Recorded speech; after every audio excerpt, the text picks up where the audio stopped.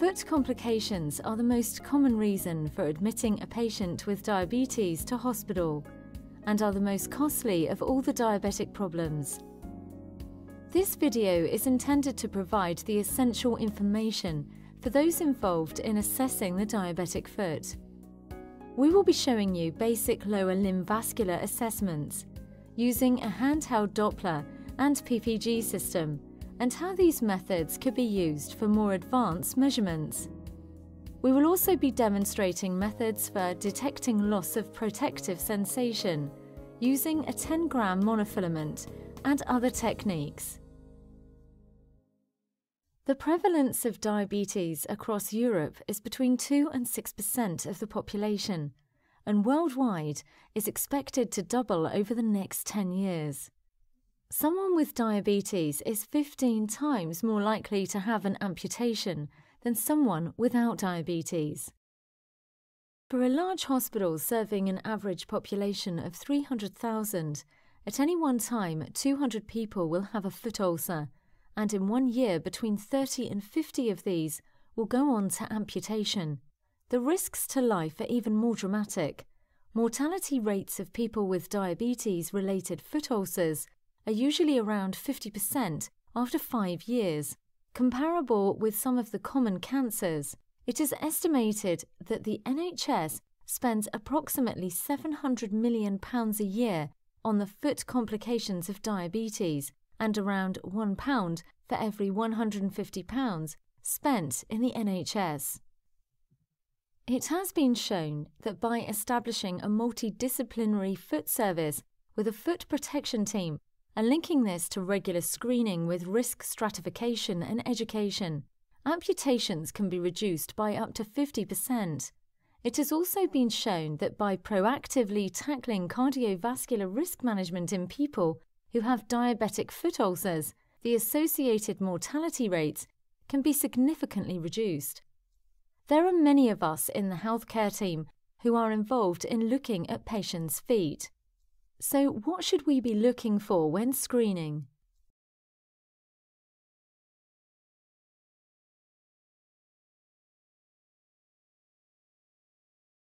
The foot that we are now examining looks fairly normal. There are no extremes of colour change. There is no obvious deformity or temperature variation. There are no particular nail problems, and the skin looks in a reasonably healthy condition. Normal Doppler signals can be heard and are typically triphasic in nature. Pulses are easily felt on the dorsum or top of the foot and behind the medial malleolus or inner ankle bone.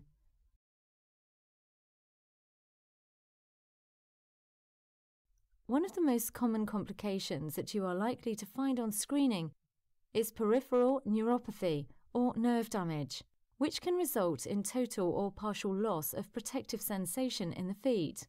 As well as being at risk of amputation, people with neuropathic foot ulcers are also found to be at high risk of premature mortality from cardiovascular events. Loss of protective sensation can be really dramatic. For example, you may see a patient that has a nail or drawing pin embedded into their foot that they are unable to feel. Or the toes or side of the foot have been burnt from falling asleep in front of a fire or leaning against a radiator. The neuropathic foot looks pink and healthy, but we can see that there is some deformity. Notice the clawing of the lesser toes and the increase in the arch of the foot. This is a result of changes in the foot structure caused by nerve damage to the muscles. There can be generalized dryness as a result of loss of the sweat reflex and some callus formation, particularly on weight-bearing areas. The Charcot foot gives rise to areas of high pressure, which may directly cause injury or trauma from poorly fitted footwear. We are going to demonstrate a few tools that are most commonly used. We should explain to the patient what we are going to do.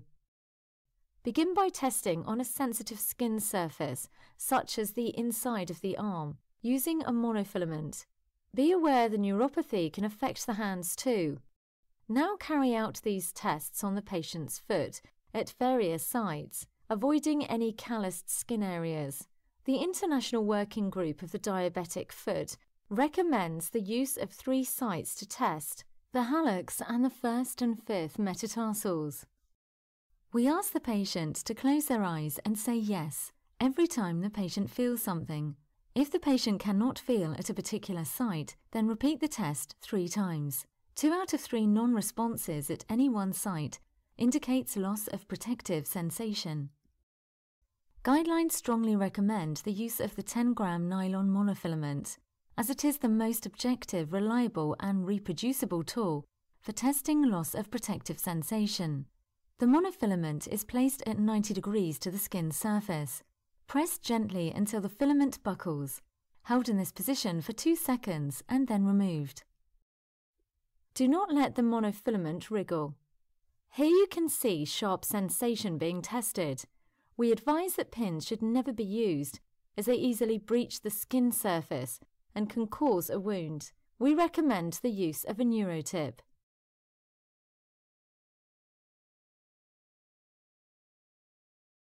Another common complication that you may see is peripheral arterial disease, or PAD. All of our arteries, whether we are healthy or otherwise, tend to fur up with age, reducing the amount of blood able to flow through them. However, in a patient with diabetes, atherosclerosis can be more aggressive, affecting the vessels in the lower leg and foot. Other factors such as smoking, high blood pressure and high cholesterol levels can all contribute to the presence and severity of any PAD. This often results in diminished or absent leg and foot pulses. Here, a handheld Doppler is very useful to help identify the presence, extent and severity of PAD.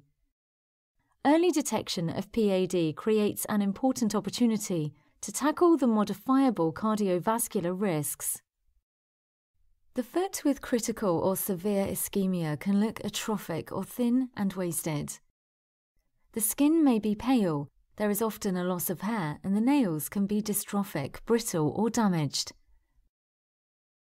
In the earlier stages of PAD, however, there may be none of these visual clues. Intermittent claudication symptoms are the most common first indications of PAD. These symptoms can occur in the muscles, distal to peripheral arterial stenosis or occlusion. Stenosis in the femoral artery can present as claudication in the calf and is most common. Less common is claudication in the thigh and buttock.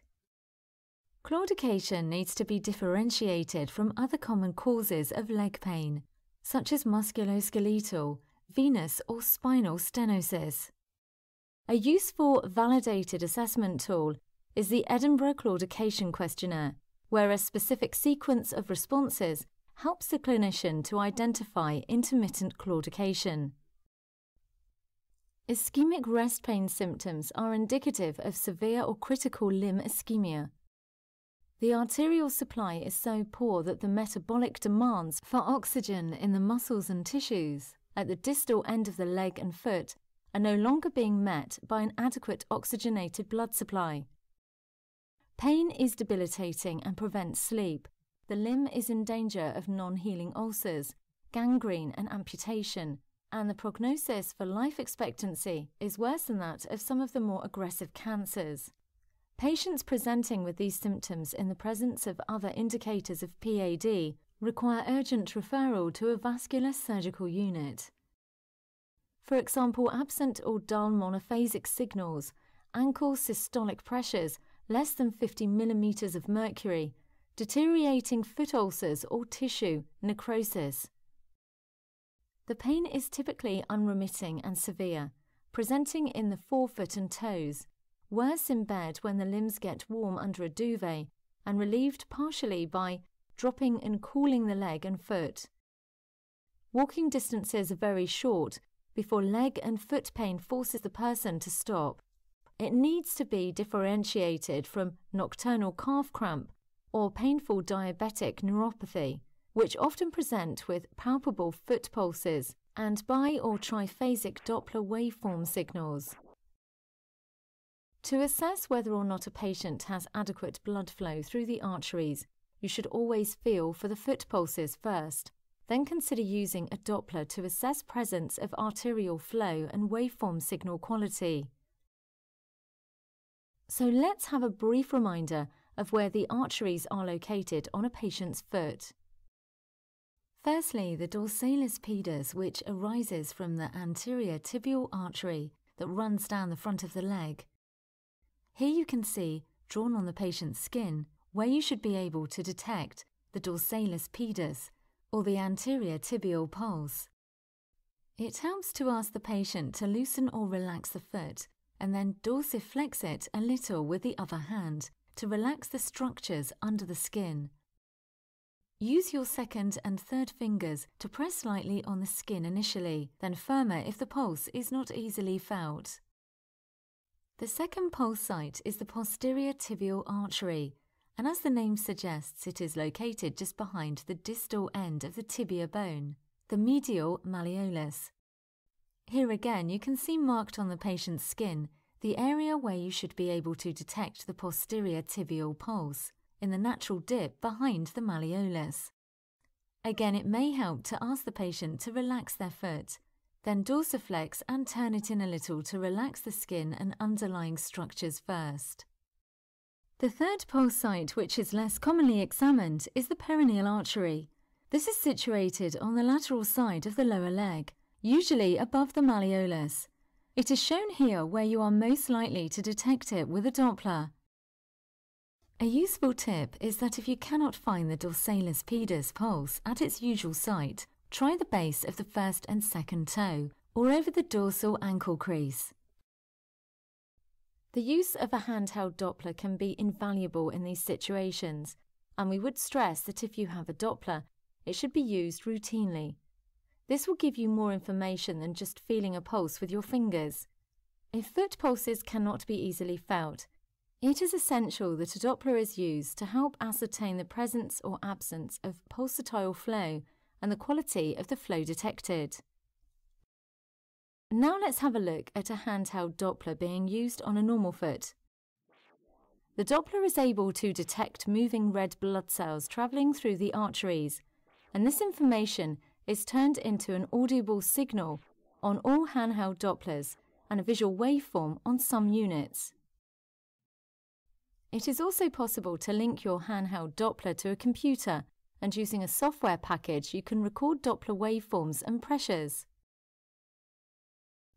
The waveforms obtained from these can be used as part of a permanent hard copy reference of your vascular assessment, or can be used as additional information when referring a patient to a GP or vascular surgeon. The waveforms are fairly easy to interpret once you have got used to listening to or viewing normal and abnormal signals. Remember that the trace above the baseline represents forward flow, and the trace below the baseline represents reverse flow, when the probe is pointing towards the heart. Let's listen to that signal.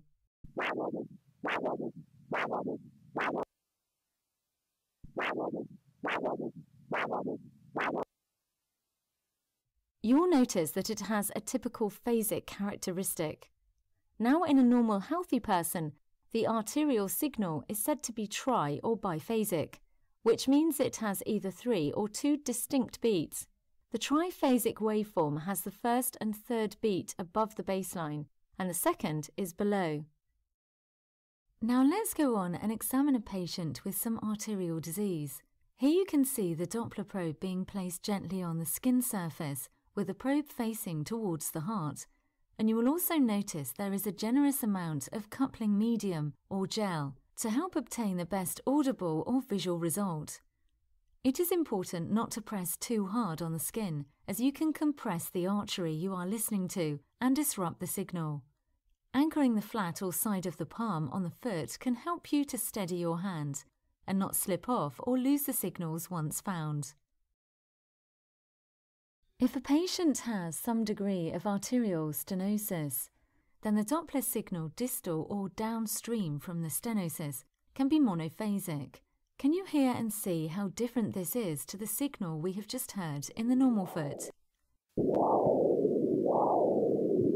The monophasic waveform has only one phase or beat and is always shown above the baseline if the probe is angled towards the heart. Let's listen to them both again. Here is a normal sound and waveform.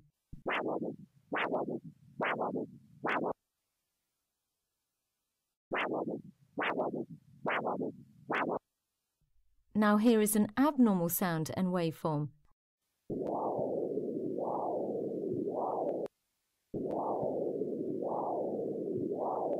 It is important to slide the probe slowly around in the gel to get the best signal by varying position and angle.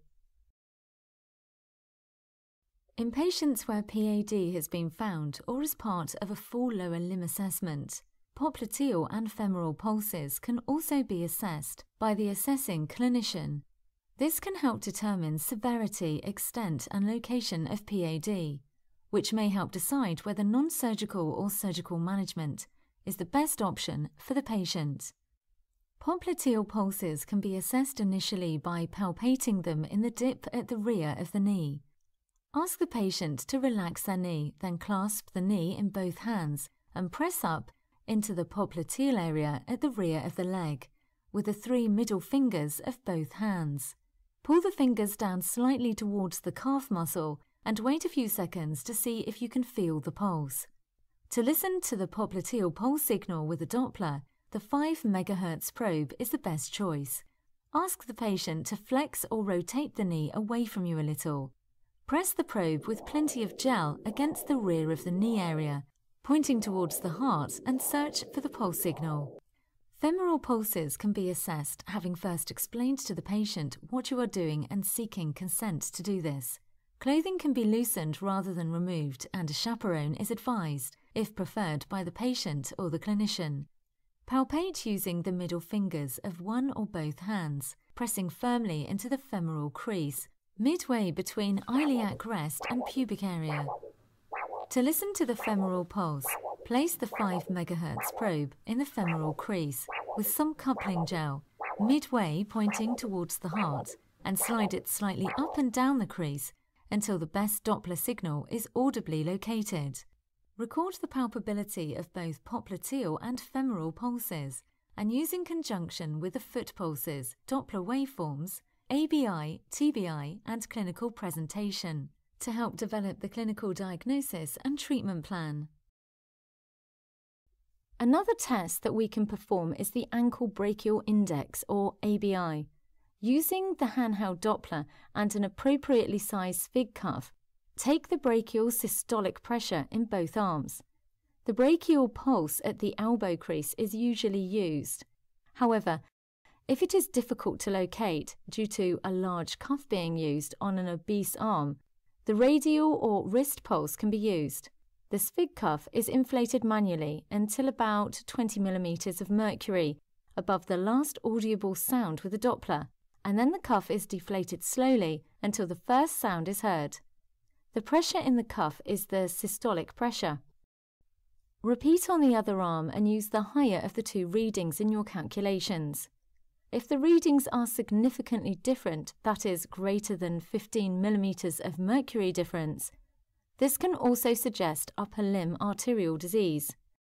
Then the ankle systolic pressure is determined. The blood pressure cuff is placed around the leg just above the ankle. The posterior tibial and dorsalis pedis pressures are measured, and the highest reading of the 2 is used to calculate the ABI in that leg. If there is a significant difference in pressures between the 2 pulses, arterial disease could be present.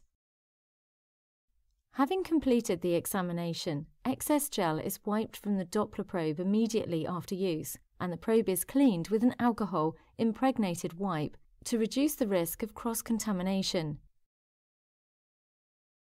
In this example, the ankle pressures for the right leg were 80 and 85, and the brachial pressures were 145 and 150.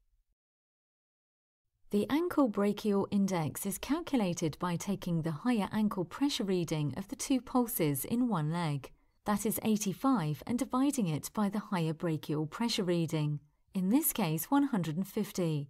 The ABI is therefore 0.57. Alternatively, an ABI wheel such as this could also be used. If the ABI is between 0.9 and 1.3, the presence of significant arterial disease is unlikely. Check that the Doppler waveform concurs with the ABI results.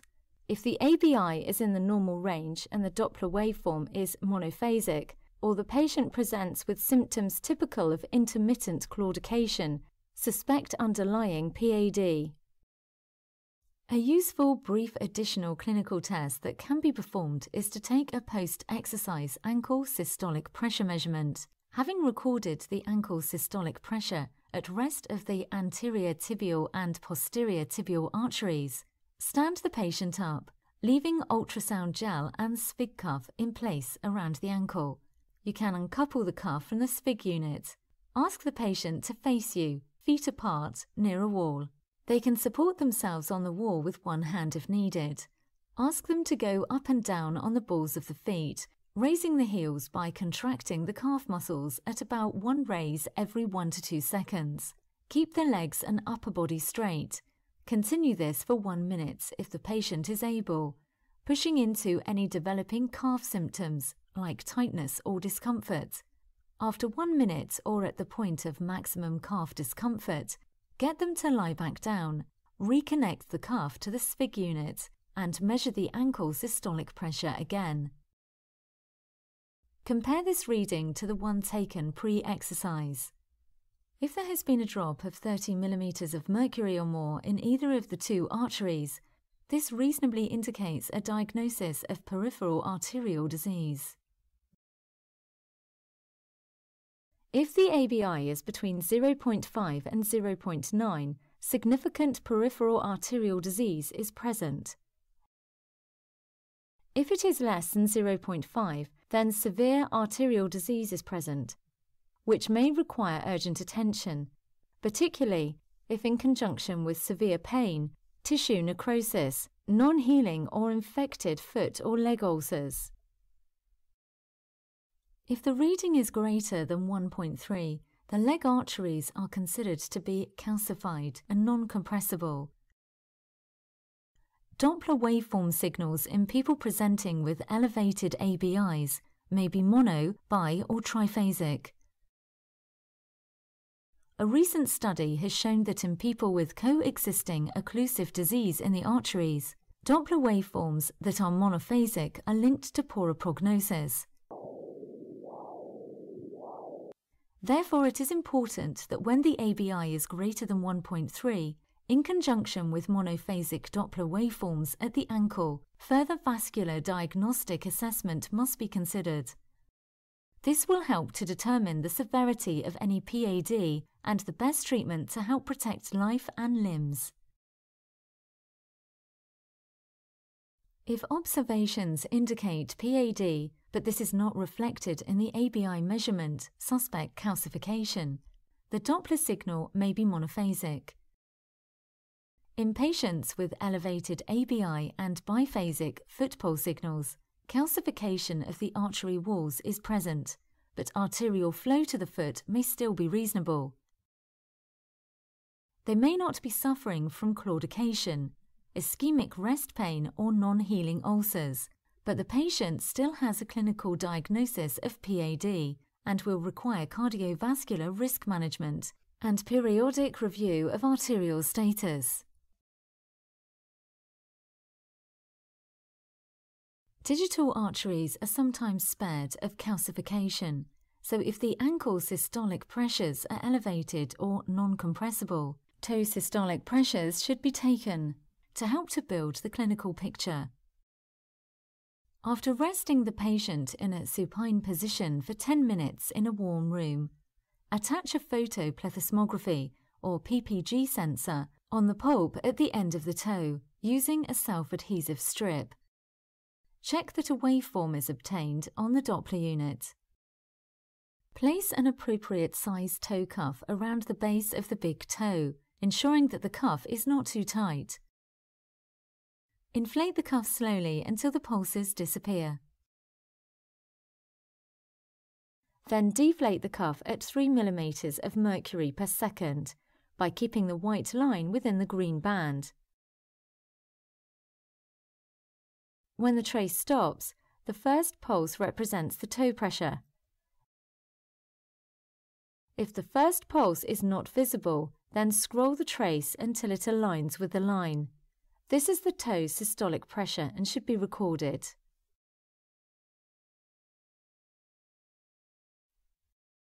If the toe's systolic pressure is less than 30 mm of mercury, the prognosis for ulcer healing is poor. If the pressure is greater than 50 mm, then ulcers have a good chance of healing if best wound care treatment is provided. If the toe brachial index or TBI is less than 0.64, then arterial disease is present. Having completed the toe pressures, the PPG sensor and toe cuff is cleaned with an alcohol-impregnated wipe to reduce the risk of cross-contamination. By assessing patients in a standardized way based on national and international PAD guidelines, the clinician can identify whether the patient falls into one of the three following categories: normal arterial flow, PAD, and severe or critical limb ischemia.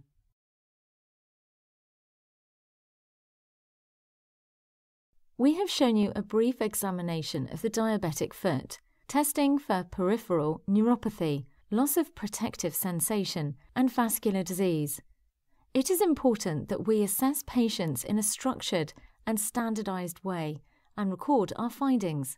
It is equally important to explain to the patient in plain language what we are doing at each stage of the assessment, as this will form a basis for good health education and a better patient-practitioner relationship. The basic foot examination should include a 10-gram monofilament and foot pulse palpation. This should be carried out routinely on all diabetic patients, at least annually, in line with national and international clinical guidance. If foot pulses are not palpable, a Doppler examination should be the next step, followed by ABI and consideration of toe systolic pressures if there is any suspicion of PAD or arterial calcification. Foot pulse palpability, Doppler signals and waveforms, ABIs and TBIs should be recorded in the patient notes as part of a lifelong lower limb and arterial disease risk assessment. This video showing a basic diabetic foot assessment should enable you to identify the at-risk foot. Remember, this is only the first step in prevention of foot ulcers and lower limb amputation. Diagnosing PAD early, particularly in people with diabetes, will help you to ensure they receive best lower limb treatment and best cardiovascular risk management.